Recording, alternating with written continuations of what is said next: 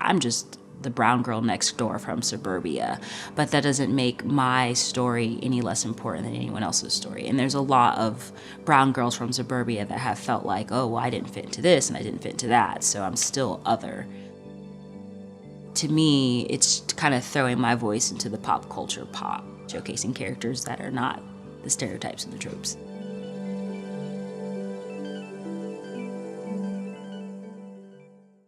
I guess I would describe my art as contemporary Afro-feminist art. It's the best way to kind of, I guess, sum it up into a few words. I was always drawing, I was always doodling on things, probably much to the disappointment of my teachers and dad, who thought that I wasn't paying attention. My grades didn't say that I wasn't paying attention, I was, but all of the papers shoved inside of my desk with nothing but doodles and sketches on them, so that I was also drawing.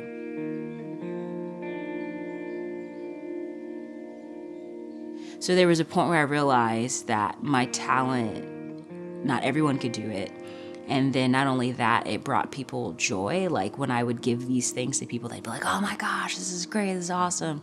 So seeing that light in people's eyes, that was a moment where I was like, okay, I enjoy this. I like giving this gift to people. But being a street artist or being a muralist, you have the ability to like paint the walls and paint the world and kind of play with that reality and have other people experience that.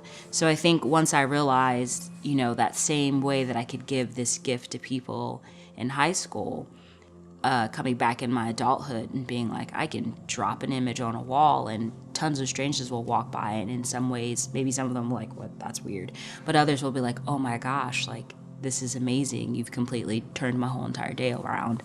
So I think there was a bunch of moments like that that kind of made me realize, okay, this is what I'm doing, this is what I'm going to do.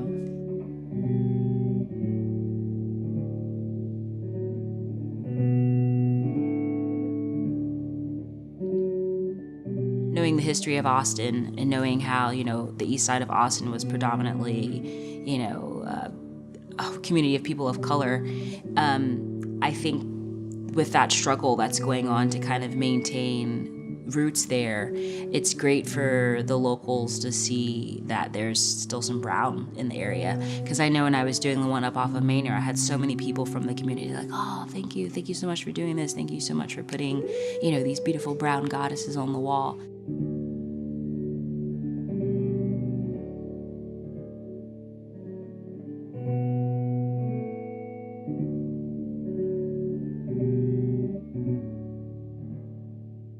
Well, I mean, I think there is one thing that happens with artists, and I think it's usually if you're looking at your face all the time, more than likely you're gonna use your own features.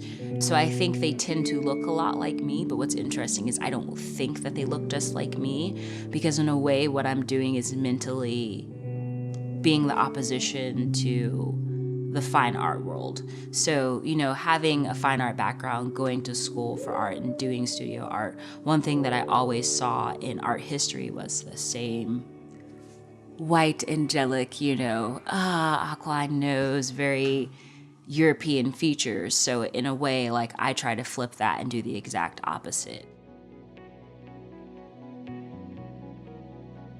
It's really hard to kind of put myself into any one category of culture because I am a hodgepodge and a mix of all these different things. So I think at the end of the day, what I really try to do is just oppose the European standard for this is what is beautiful. You know, that's the main thing. My art is a representation of me, and so I guess I kind of have to battle to showcase that there's more than just the stereotype.